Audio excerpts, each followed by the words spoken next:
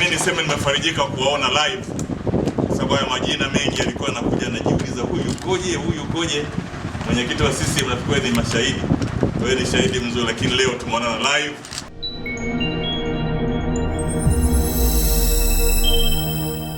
Lakini na nyinyi nafikiri wengine ndio mnaniona live, au sio?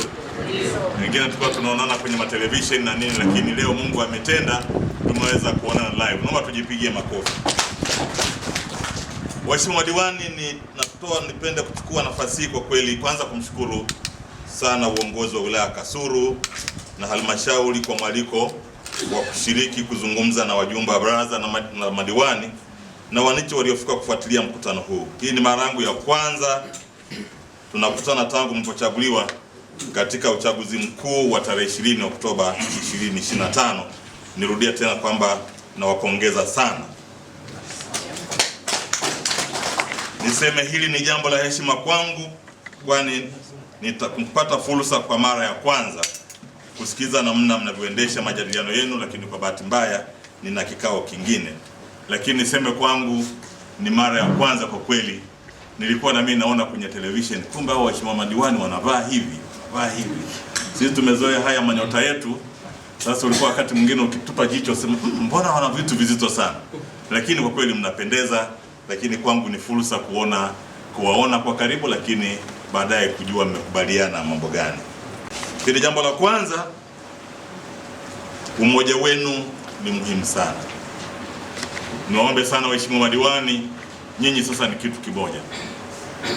Inawezekana wakati mnahangaika kwenye kampeni na nini, kuna lugha zilitumika ambazo mwingine labda hakuzipenda, lakini sasa mmekuwa kitu kimoja, wote ni waheshimiwa madiwani. Na sisi ambao ndio viongozi huku kwenye ngazi ya mkoa tunategemea sana nyinyi mfanye kazi vizuri kwa ajili ya kuleta maendeleo kwa watu wetu ndani ya wilaya ya Kasulu. Lakini la pili, swala kubwa ni swala la kuzingatia sheria, kanuni na taratibu katika utekelezaji wa majukumu yenu. Jueni kwamba mmekuwa madiwani kwa sababu sheria imetamka hivyo, na mmekuwa kwenye hii council kwa sababu sheria imetamka hivyo. Kwa hiyo una kila sababu kufanya kazi zako kwa mujibu wa taratibu na sheria zilizopo. Kwangu nitafanya nijisikie vibaya sana kama nitabaini baadhi ya madiwani, waheshimiwa madiwani ambao wana nafasi kubwa nchini hapa wakajikuta ndio watu wa kwanza wa kuvunja sheria. Siku zote si viongozi ndio watu wa kwanza wa kutii sheria bila shuruti. Tusiwe watu wa kwanza kuvunja sheria na mwisho wa siku sheria ikatumika alafu kaanza kulalamika. Muombe sana ndugu zangu waheshimiwa madiwani kwamba mmepata hizi nafasi kwa sababu ya Watanzania wamewaamini, wana Kasulu wamewaamini kwamba unaweza kuwasaidia katika kuleta maendeleo, katika kusoma kuleta maendeleo. Sasa msio watu wa kwanza kuvunja sheria, kwa sababu natambua nyinyi ndio mtatunga sheria ndogo ndogo kwa ajili ya kusimamia hizi halmashauri. Kwa hiyo niwaombe sana kwamba ukishakuwa kiongozi unabanwa na mambo mengi, mambo ya maadili, mambo ya nini, sheria zote, wewe ndio wa kwanza wa kutii hizo sheria. Ndugu viongozi wenzangu, simamieni ubora na viwango katika miradi inaendelea kutekelezwa. Miradi, fedha za serikali kuu zitaletwa, fedha zitatengwa na nyinyi wenyewe. Hizo fedha ni vizuri na nielekeze mfuatilie kwa karibu. Ninaamini kuna kile kitengo cha monitoring and evaluation, cha ufuatiliaji na kufanya tathmini. Tumieni kitengo hicho kufuatilia kwa karibu miradi yote, majengo yote, barabara zote ambazo ziko ndani ya maeneo ya halmashauri yenu, kuhakikisha kwamba thamani ya pesa inaonekana. Wana Kasulu, watu wa halmashauri wamewachagua wakiamini kabisa kwamba mtafuatilia mambo haya. Lakini kabla ya kuendelea na elekezo langu la tatu, hebu niombe afisa elimu wa shule za msingi asimame.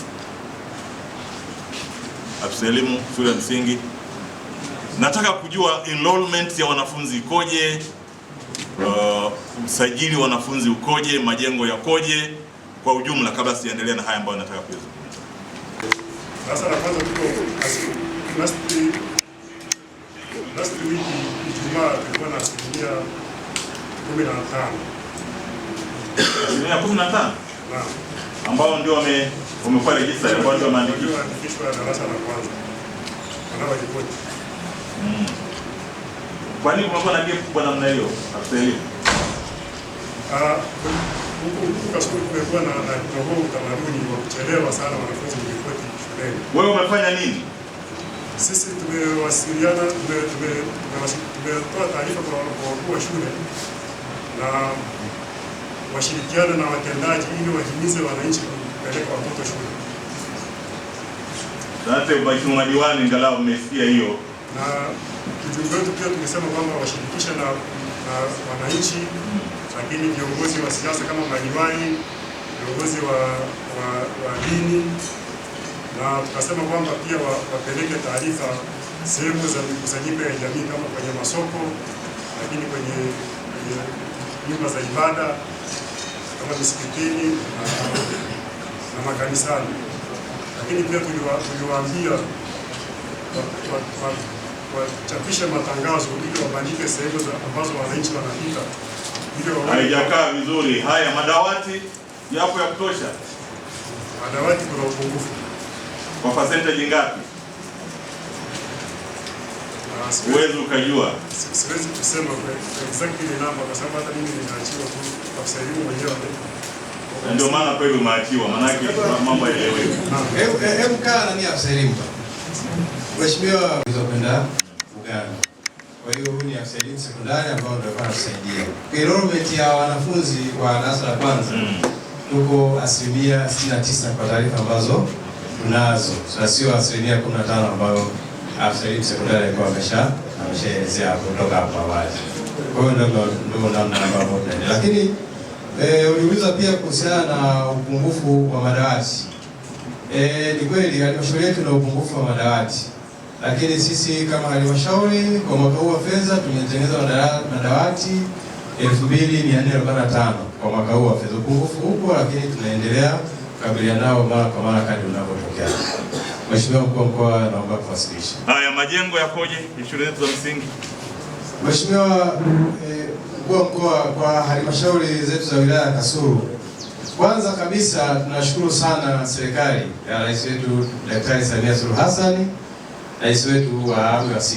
Kwanza tumeletewa fedha nyingi za ujenzi wa shule, ikiwemo saizi katika shule ambazo tunaendelea nazo kujenga ni zaidi ya shule 4 ambazo tumeletewa, tunaendelea kujenga. Kwa mfano pale Nyamilao tulikuwa na changamoto kubwa sana ya watoto kurundikana madarasani, lakini tumeletewa shule pale ambayo iko kwenye hatua ya umaliziaji, ambayo tukishapata kama tunakuwa na wanafunzi wengi, serikali inatuletea fedha ya kupunguza kutapisha shule na shule ili waje kwenye ile shule ili kupunguza ile hali tulionayo. Tuko kwenye hali nzuri kwa kiasilimia tu, tunaweza zaidi ya 89% tuko vizuri kwa upande wa majengo. Kwa upande wa majengo, changamoto kubwa ni kwenye nyumba za watumishi, ambalo ndio jambo ambalo tunaendelea kwa sasa.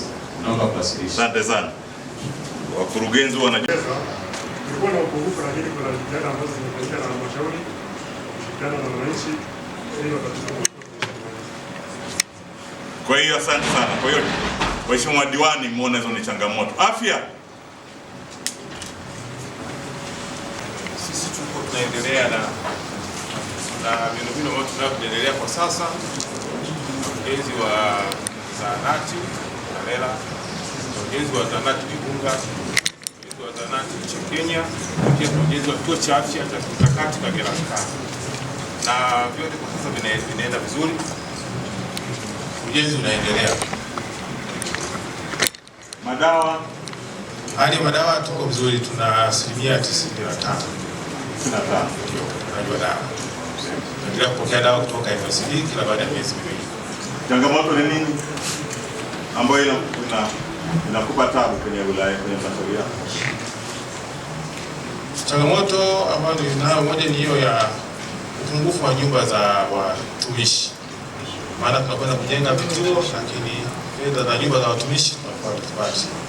Na hata vituo vipo baadhi bado havina nyumba za watumishi. Watumishi nao wa kutosha? Kwa sasa nimepokea watumishi 90. Ndio. Wakiwemo madaktari 10. Kwa hiyo kwa vituo vile vipya cha mkakati Kagera Nkana tunapeleka madaktari kwa kukamilika. Asante askari, nashukuru sana. Jamhuri ya Muungano wa Tanzania. badala ya hii, baada ya kusema swala la simamieni ubora wa viwango katika miradi inayoendelea kutekelezwa, na washauri mwakemee watendaji wasiozingatia ubora katika usimamiaji wa miradi inayotekelezwa, na pale inapobidi mamlaka zishauriwa kuchukua hatua kwa mujibu wa sheria, kanuni na taratibu za usimamia utumishi wa umma. Ndugu zangu waheshimiwa madiwani, zingatieni ratiba za vikao katika ngazi zote na hakikisheni mikutano mikuu ya vijiji, kamati za maendeleo ya kata na mabaraza ya kata inafanyika. Na hili nilikuwa nazungumza na wenzenu kuhusu nidhamu ya muda. Ndugu zangu, nidhamu ya muda ndio kila kitu. Huwezi kufanya chochote chenye maendeleo bila kujali muda. Kwa hiyo hivi vikao vyetu viende kwa muda, ili kama kuna matatizo yaweze kutatuliwa kwa muda. Lakini ukiacha nidhamu ya muda, tunazungumzia swala zima la nidhamu ya fedha. Hii nidhamu ya fedha, kuna fedha ambazo kama halmashauri zitakusanywa, lakini kama halmashauri zitatoa maelekezo ya matumizi. Kwa hiyo nidhamu ya fedha ni jambo la msingi, lazima mliangalie sana. Waheshimiwa madiwani, mlisimamie kwa karibu sana, na mahali ambako mtaona kuna changamoto, basi ni vizuri tukashirikishwa, kwa sababu lengo letu ni moja, kuhakikisha kwamba tunaleta maendeleo kwa ajili ya wananchi wetu. Waheshimiwa madiwani, lazima mjue kwamba watu wetu bado kimaendeleo wako nyuma. Ukipita vijijini kule, nyinyi ni mashahidi, mnajua maisha ya watu wetu. Viongozi wetu, watendaji wetu, wataalamu wetu tuwatumie katika mambo ya kuleta maendeleo katika watu wetu.